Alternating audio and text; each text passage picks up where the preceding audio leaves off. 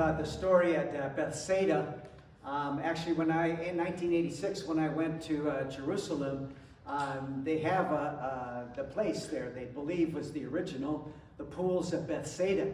And the idea was that people who were sick would gather around, and once a day or once every couple days, the water would be miraculously troubled or stirred. And whoever made it to the pool first, the tradition was that person would be healed. That's why the man said, I have nobody to take me to the pool, and by the time I get there, it's too late. A bit of superstition maybe, but we don't know. But the power of this story, or the sad part of this story, is what happens afterwards. The man was 38 years old, and he was healed. And Jesus told him to take up your mat and walk. And he did. And what did the Pharisees do?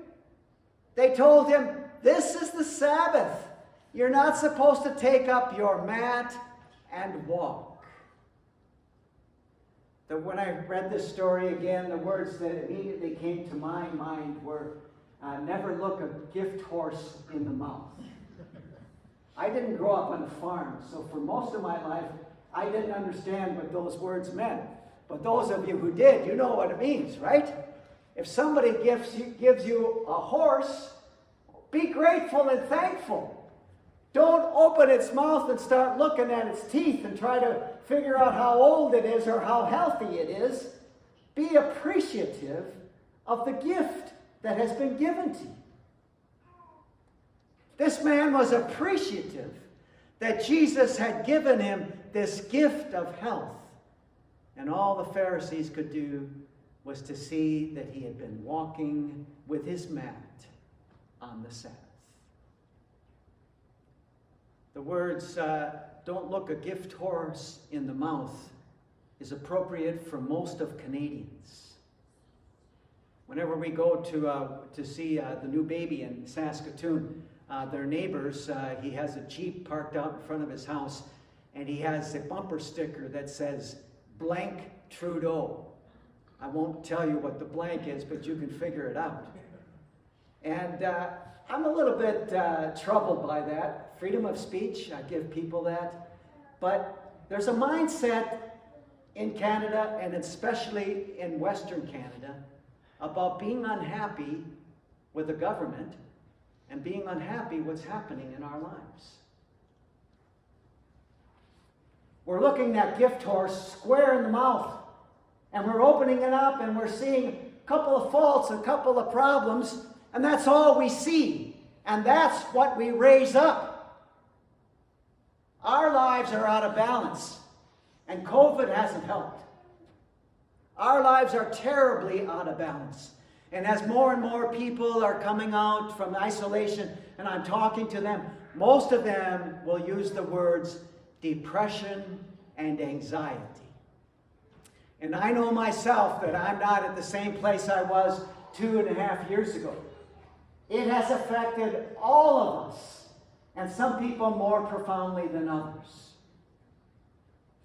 But one of the problems is, and I blame the media for that, and I blame the internet for it too, is that we hear too much bad news.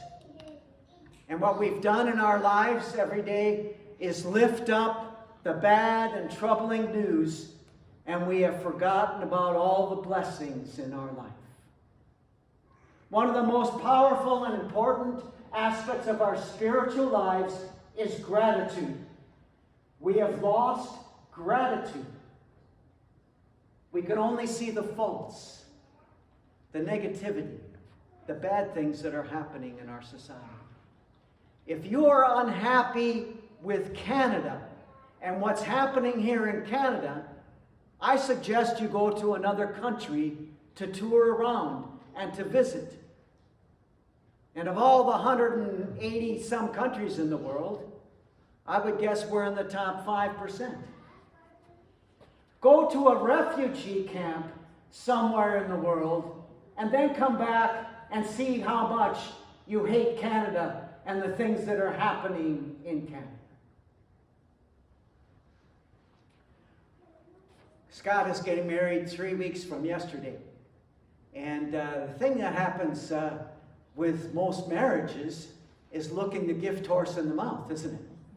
After you're married for a couple of months or a couple of years, you start opening up that mouth, don't you? Oh, I didn't know that was there. I didn't know there were... You didn't tell me about all of these things. I thought you were much more perfect than what you are. And those are the things that we lift up. Those are the things we focus on. The same thing with our children, right? When our children are born, when this baby is in our family now, she is such a gift and a blessing, right? She's so perfect. But what happens? As they get older, we start opening the mouth and looking in and seeing some things that we don't like or we didn't believe was there. Or we had this preconceived idea of what would be in there when we opened the mouth, and it wasn't there, and we were disappointed. And what most parents do as the children get older is we lift up those things, don't we? We lift up those things and we forget about this awesome and amazing gift that God has given to us. And we have to realize that when this gift comes to us, this may not be exactly what you had thought about and hoped about, but never lose fact that it's a gift from God and always must be in your life. In many of the books that I read about health and healing and the power in our lives, they talk about gratitude, and many of them say, be proactive in your gratitude. Don't just think gratitude, live gratitude. At the end of each day, many of the books suggest that you keep next to your bed a gratitude journal and write down all the things that you are grateful for that happened this day, and all the people that you are grateful for that came into your life this day, or that are touching your life in a positive way at this time in your life. They say that it affects your sleep when you keep a gratitude journal. It affects what goes on in here. And what it does, it helps to get your life back into balance. And that's what I think most of us need. And if you're struggling through COVID, there's a good reason for it. It's because likely your life has been out of balance. And all of these gifts that God has given to us, all of these wonderful things in Canada, all of these things in your family, your faith and your life and your health, these have been diminished, and we have lifted up the negativity. Gratitude. I am grateful for all of you. That's what I'll put in my journal tonight. Be grateful for all God has done.